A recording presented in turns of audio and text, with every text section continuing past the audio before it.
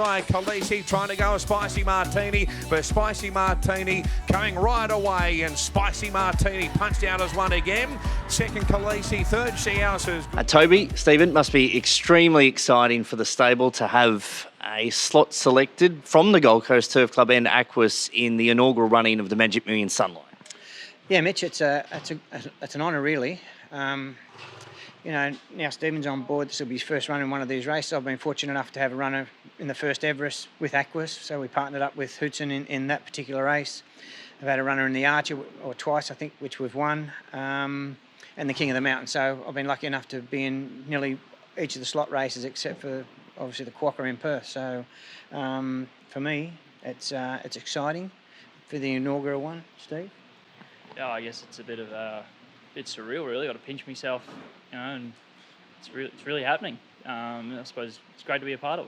Yeah. I was just thinking that as a real pinch yourself moment. The last 12 months has probably been a whirlwind for you, but the horses are going well, and you've got yourself in a position now that you've got this sort of calibre of horse coming through for races like the Sunlight. Yeah, definitely. Look, it's been a bit of a whirlwind last 12 months for myself. Sort of all came to, I suppose, fruition that this is the way that I was going to head back in what would have been probably April, May that Toby and I first spoke, and to put it all into place come 1st of September. But no, it's good. We talk about the filly now. She was an explosive winner of the Mode Stakes at the last start, so she brings black type into the race and very versatile as well, depending on how the race pans out. Yeah, sure. There's obviously going to be a bit of pressure in this race. There's going to be good speed. She was fortunate enough to be able to control that race at Doomben the other day on what was quite a heavy track. So track conditions don't really worry us. We're sort of, to be honest, we're hoping for a bit more rain. We had 17 mil of rain here this morning, so that should just take the edge off the track. Although the track's a great track, it recovers really well. I'd love to see probably another inch tomorrow, and that'd bring us into the race a little more. Realistically, can we beat Lady of Camelot or Arabian Summer? Who knows, but we've drawn beautifully and soft. Going to get a lovely run wherever that be. If there's no speed, she won't be far away from them. There's too much speed, we'll come back and give her that option, that chance to finish off. She's got a really good turn of foot. We work her with horse that can actually gallop a bit, and she just trucks beside them, and we haven't got to see her ridden sort of back to be able to show that turn of foot yet. Her maiden win, she drew awkward and ended up outside the lead. In the Mode plate, we put her on the speed as well, so we haven't had that opportunity yet, but I'm looking forward to the day that happens. She's one of these horses that's very untapped in the race. As you said, Toby, you've got your likes of Lady of Camelot and Arabian Summer who've been there and done it at a good level, including Lady of Camelot winning a Golden Slipper. And then you've got a horse like Spicy Martini and Private Harry. They're untapped and bring a real X factor to the race, don't they?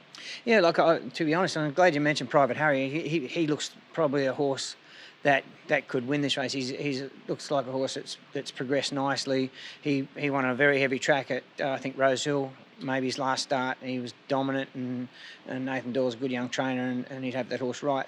This filly here, her pedigree, we're very, very comfortable. Going into a race like this, even though it may be sort of it's a step up in grade naturally, and as you mentioned, Lady of Camelot, a few of these horses are raced in better quality races. But I'm a big believer in young horses with ability, taking that, throwing them in the deep end basically is what we do, and they send a peak, and it's good. It's very, very similar to a young sportsman. When you put them up into a grade where they're not comfortable with, and they've got that ability, they always rise, and I'm confident this filly will do the same. And Stephen, no doubt, home track advantage as well. She worked on the course proper Saturday morning. That's going to hold her in good stead for this race. The 1100 metre start's always that tricky one here at the Gold Coast as well. Yeah, definitely. But I think, like you said, the home ground advantage. It's always a factor wherever you go. She's drawn ideally too, so I don't think the start's going to be too much of a worry for her. So, yeah, I don't think it's going to worry her. And in regards to the rest of the runners during the carnival, are you happy with where they're at over the 2 days coming up? Yeah, I would have liked to have drawn a bit softer this week. We've got some horror draws, which is common. we're pretty used to those. But if it does rain, sometimes that turns around and works in your favour. So as it is right now, we've drawn horribly the rest of the day, but.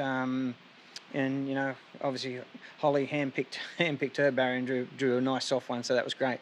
So in the best race, we got the best barrier and probably going to get the best run. But the other guys, Burning Bell's in good form. She comes off a really good stakes run the other day where she was good. She wasn't 100% wound up either. She had a really good jump out here the other day on the course proper and trialled beautifully. And she's set and ready to go. Barrier 18's a bit of a worry, but just as I mentioned, if it does rain, she may just end up with the right run. I'm not sure, but she's ready to run really well. The two in the Consolation, ready to ships first up. Silver and Suave performed really well the other night. Back to 1100 with blinkers on. I like that. We were going to eventually run him in the 3 and 4 year old. Rising Stars race, but it would have been an emergency, so we elected to go with this 3-year-old race.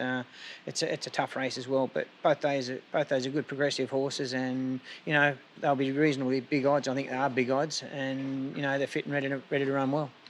All the best on Saturday night. Obviously, it's a long day. You've got the morning shift into the night, but you've got legitimate chances, and no doubt you'll do the Gold Coast Turf Club and Aquas proud, and likewise she'll do proud for the stable and compete at the best of her ability on Saturday night in the sunlight.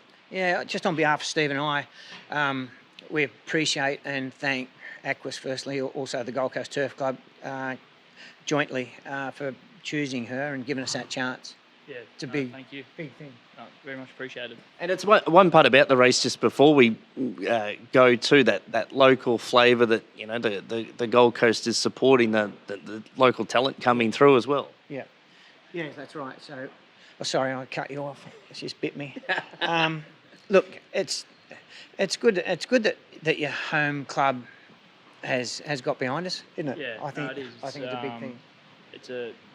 It's good to get that support and keep things in house at the home ground, I suppose. Yeah. Best of luck and give it to the Interstaters on Saturday night. Thanks, guys. Cheers. Thanks.